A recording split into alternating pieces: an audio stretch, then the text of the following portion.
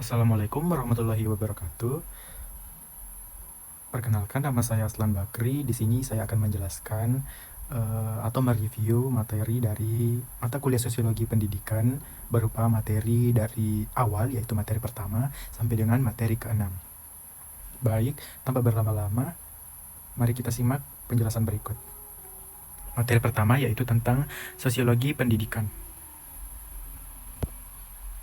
Definisi dari Sosiologi Pendidikan yaitu ada beberapa tokoh sosiologi dalam mendefinisikan sosiologi, yaitu Emil Durkheim, Karl Marx, dan Herbert Blumer. Kesukaran untuk memperoleh definisi yang menetap tentang sosiologi pendidikan antara disebabkan oleh pertama sukarnya membatasi bidang studi di antara bidang pendidikan dan bidang sosiologi, kemudian kurangnya penelitian dalam bidang ini, ketiga belum nyatanya sumbangannya kepada pendidikan umumnya dan pendidikan khususnya. Dilansir dari Wikipedia, sosiologi pendidikan adalah studi mengenai bagaimana institusi publik dan pengalaman individu memengaruhi pendidikan dan hasilnya. Studi ini lebih mempelajari sistem sekolah umum di masyarakat industri modern, termasuk perluasan pendidikan tinggi, lanjut, dewasa, dan berkelanjutan. Kemudian tujuan dari sosiologi pendidikan itu sendiri, pertama, sebagai analisis proses sosialisasi, kedua, sebagai analisis kedudukan pendidikan dalam masyarakat, ketiga, sebagai analisis interaksi sosial di sekolah dan antar sekolah dengan masyarakat, keempat, kemajuan dan perkembangan sosial, kelima, sebagai dasar untuk menentukan tujuan pendidikan, keenam, sebagai sosiologi terapan, ketujuh, sebagai latihan bagi petugas pendidikan. Adapun pokok penelitian dari sosiologi pendidikan yaitu pertama, hubungan sistem pendidikan dengan aspek-aspek lain dalam masyarakat. Kemudian, hubungan antar manusia di dalam sekolah. Kemudian, ketiga, pengaruh sekolah terhadap kelakuan dan kepribadian semua pihak di sekolah. Keempat, sekolah dalam masyarakat. Baik, itulah tadi penjelasan seputar dari materi pertama. Kemudian yang kedua atau materi kedua yaitu tentang sejarah dan tokoh sosiologi pendidikan. Yang pertama yaitu Ibnu Khaldun 1332 sampai dengan 1406. Ibnu Khaldun seorang sejarawan dan filsuf sosial Islam terkemuka asal Tunisia. Dalam karyanya, Ibnu Khaldun mengemukakan teori tentang hubungan antar suku bangsa nomaden yang keras dan masyarakat halus bertipe menetap. Kemudian yang kedua yaitu Lester Frank Ward 1841 sampai dengan 1913. Lester Frank Ward adalah seorang sosiolog Amerika Serikat yang hidup pada abad ke-19. Ia dianggap sebagai salah satu pelopor sosiologi di Amerika Serikat. Kemudian yang ketiga yaitu John Dewey 1859 sampai dengan 1952. John Dewey seorang filsuf dan pendidik Amerika dalam bukunya Democracy and Education 1916. Kemudian menurut Dewi ada dua metode pendekatan dalam mengajar, yaitu problem solving method dan learning by doing. Kemudian Emil Durkheim 1858 sampai dengan 1917. Durkheim menekankan bahwa pendidikan tidak hanya berfokus untuk mentransfer pengetahuan dan keterampilan dari generasi ke generasi, namun juga berperan dalam membentuk nilai dan norma sosial yang dianggap penting bagi masyarakat. Kemudian Karl Mannheim 1893 sampai dengan 1947. Pemikiran pendidikan Mannheim terangkum dalam publikasi dengan judul An Introduction to the Sociology of Education. Kemudian George Spain, yang sering dianggap sebagai bapak sosiologi pendidikan, mengartikan sosiologi pendidikan sebagai ilmu yang menjelaskan dan menggambarkan lembaga-lembaga atau kelompok-kelompok sosial dan proses sosial yang terlibat dalam pendidikan. Menurut pendapat Ari Gunawan, bahwa sejarah sosiologi pendidikan terdiri dari 4 fase, yaitu fase pertama di mana sosiologi sebagai bagian dari pandangan tentang kehidupan bersama filsafat umum. Kemudian kedua, timbul keinginan untuk membangun susunan ilmu berdasarkan pengalaman-pengalaman dan peristiwa-peristiwa nyata. Ketiga, sosiologi pada fase ini merupakan fase awal dari sosiologi sebagai ilmu pengetahuan yang berdiri sendiri. Dan keempat, yaitu keinginan untuk bersama-sama memberikan batas yang tegas tentang objek sosiologi. Terima kasih. Kemudian pada materi ketiga yaitu tentang pendidikan dan masyarakat. Pendidikan dan lingkungan sosial. Melalui pendidikan terbentuklah kepribadian seseorang. Boleh dikatakan hampir seluruh kelakuan individu bertalian dengan atau dipengaruhi oleh orang lain. Aspek-aspek yang sama yang terdapat dalam kelakuan semua orang dalam masyarakat dapat disebut kebudayaan masyarakat itu. Kemudian faktor-faktor dalam perkembangan manusia. Perkembangan manusia dipengaruhi beberapa faktor yakni biologis, lingkungan alamiah, dan sosial budaya. Kepribadian tak dapat dilepas dari aspek biologis berfungsi, misalnya adanya tangan dengan ibu jari yang dapat dipertemukan dengan jari-jari lainnya. Kemudian lingkungan alamiah seperti iklim dan faktor geologis lainnya. Kemudian yang ketiga yaitu perkembangan manusia, lingkungan sosial budaya. Semua orang hidup dalam kelompok dan saling berhubungan melalui lambang-lambang khususnya bahasa. Kemudian pendidikan dan kebudayaan. Pentingnya pendidikan dalam masyarakat baik formal maupun informal. Meskipun pendidikan formal memberikan pengetahuan intelektual, transmisi budaya dan norma tetap dipegang oleh masyarakat. Fungsi sekolah yaitu sekolah mempersiapkan anak untuk suatu pekerjaan, sekolah memberikan keterampilan dasar, sekolah membuka kesempatan memperbaiki nasib, sekolah menyediakan tenaga pembangunan, sekolah membantu memecahkan masalah-masalah sosial, sekolah mentransmisi budaya, sekolah membentuk manusia yang sosial, sekolah merupakan alat mentransformasi kebudayaan dan fungsi-fungsi sekolah lainnya. Kemudian kontrol sosial dan pendidikan. Kontrol sosial mengacu pada upaya individu untuk atau pihak lain untuk mengatur perilaku yang lain, baik melalui interaksi sosial maupun pengendalian eksternal. Sekolah sebagai alat kontrol dan integrasi sosial. Sekolah memegang peran penting dalam sosialisasi anak-anak. Ada 4 cara yang dapat digunakan sekolah, yakni sebagai transmisi kebudayaan. Kedua, mengadakan kumpulan-kumpulan sosial seperti perkumpulan sekolah, pramuka, kelompok olahraga, atau kelompok giat lainnya. Kemudian memperkenalkan anak dengan tokoh-tokoh yang dapat dijadikan model. Kemudian menggunakan tindakan positif dan negatif untuk mengharuskan murid mengikuti kelakuan yang layak dalam bimbingan sosial, yang termasuk tindakan positif ialah pujian, hadiah, dan sebagainya, dan yang negatif hukuman, celaan, dan sebagainya. Kontrol eksternal dalam pendidikan. Kontrol eksternal terhadap lembaga pendidikan baik oleh pemerintah, swasta, maupun masyarakat secara umum.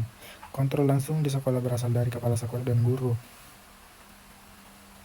Kemudian tujuan kontrol bervariasi dari perubahan hingga pemeliharaan status quo. Sekolah memiliki peran sebagai agen perubahan dan harus mengikuti perkembangan ilmu pengetahuan dan teknologi. Pendidikan dan pembaruan masyarakat. Peran sekolah dalam membentuk masyarakat baru, meskipun ada harapan besar bahwa sekolah dapat merekonstruksi masyarakat, pada kenyataannya pihak berkuasa menggunakan sekolah untuk mempertahankan status quo. Kemudian pada materi keempat yaitu perubahan sosial dan pendidikan. Perubahan sosial. Ada beberapa definisi perubahan sosial menurut beberapa para ahli, yaitu salah satunya Solo Sumarjan mengartikan perubahan sosial sebagai perubahan pada lembaga kemasyarakatan yang mempengaruhi sistem sosialnya, termasuk di dalamnya nilai-nilai, sikap, dan pola perilaku antar kelompok dalam masyarakat. Kemudian kemajuan teknologi juga melahirkan generasi baru yang hidup dalam dunia digital, disebut Net Generation. Munculnya komunitas virtual juga menjadi fenomena dengan karakteristik seperti penurunan pengawasan orang dewasa, peningkatan pengaruh media massa dan teman sebaya, serta penurunan aktivitas ekstrakurikuler dan peningkatan tanggung jawab orang dewasa. Bertrand Russell membedakan tujuan pendidikan menjadi dua. Yang pertama adalah untuk membentuk pribadi yang utuh, dan yang kedua adalah untuk menghasilkan warga negara yang baik. Tujuan utama pendidikan guru adalah menyiapkan individu sebagai warga terdidik dalam masyarakat demokratis. Sedangkan tujuan dari pedagogi kritis adalah mempersiapkan individu untuk berpartisipasi aktif dalam masyarakat demokratis dengan memposisikan mereka sebagai subjek aktif yang dapat merefleksi diri dan melakukan transformasi sosial. Pedagogi adalah teori tentang bagaimana membimbing anak menuju kedewasaan dan berkaitan dengan praksis pembimbingan tersebut. Pedagogi juga seharusnya berfokus pada persiapan generasi untuk dapat menghidupi diri mereka sendiri. Kemudian, pemikiran dalam pedagogi kritis berbeda dengan pedagogi tradisional.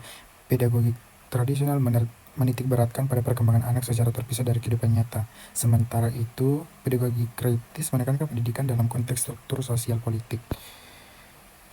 Visi pendidikan dalam paradigma kritis adalah melakukan kritik terhadap sistem dominan untuk mendukung kelompok marginal yang tertindas dan menciptakan sistem sosial yang lebih adil.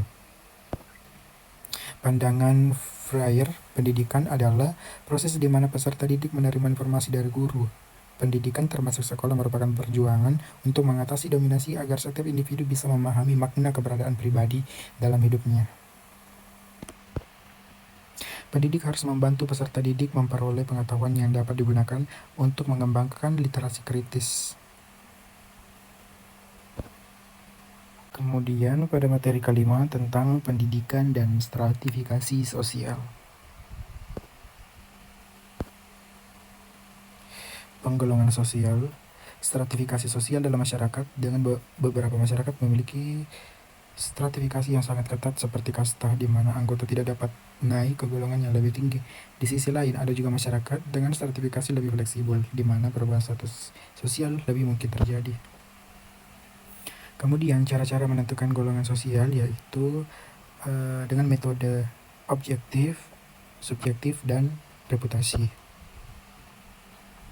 Objektif dalam menentukan stratifikasi sosial berdasarkan kriteria seperti pendapatan, pendidikan, dan jenis pekerjaan. Sedangkan subjektif, di mana anggota masyarakat diminta untuk menilai posisi mereka sendiri dalam hierarki sosial. Kemudian reputasi yaitu menempatkan golongan sosial berdasarkan persepsi anggota masyarakat tentang posisi mereka dalam hierarki sosial. Golongan sosial sebagai lingkungan sosial. Golongan sosial sangat mempengaruhi lingkungan sosial seseorang, pengetahuan, kebutuhan, sikap, dan otaknya. Sistem golongan sosial menciptakan batasan dan rintangan ekonomi, budaya, dan sosial yang menghalangi interaksi antar golongan. Kemudian tingkat pendidikan dan tingkat golongan sosial. Terdapat korelasi tinggi antara kedudukan sosial seseorang dan tingkat pendidikan yang ditempuhnya. Anak dari golongan sosial rendah cenderung tidak melanjutkan pendidikan ke perguruan tinggi, sementara orang tua dari golongan sosial atas berharap anaknya menyelesaikan pendidikan tinggi. Kemudian, golongan sosial dan jenis pendidikan. Tidak semua orang tua mampu membiayai pendidikan tinggi bagi anak mereka. Anak-anak dari keluarga mampu lebih cenderung memilih sekolah menengah umum sebagai persiapan untuk perguruan tinggi, sementara anak-anak dari keluarga dengan batas keuangan yang jelas akan lebih memilih sekolah kejuruan.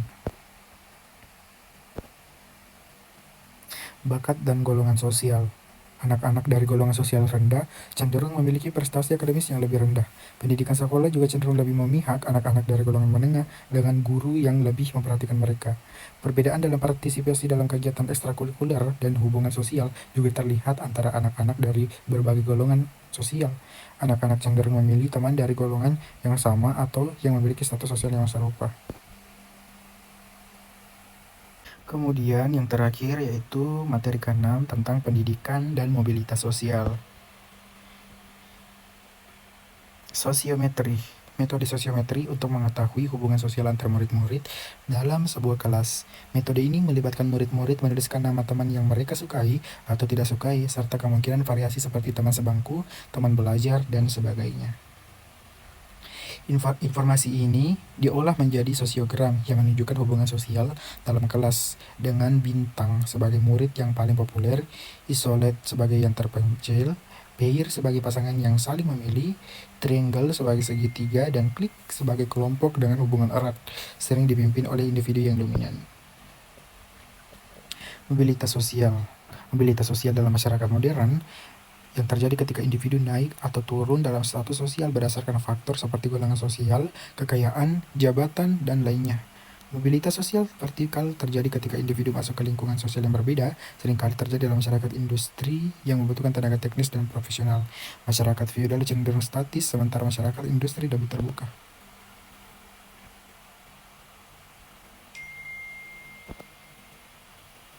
Pendidikan dan mobilitas sosial. Pentingnya pendidikan sebagai sarana untuk menciptakan kedudukan yang lebih baik dalam masyarakat. Pendidikan dianggap sebagai jalan untuk mobilitas sosial, memungkinkan individu naik golongan sosial yang satu ke yang lebih tinggi.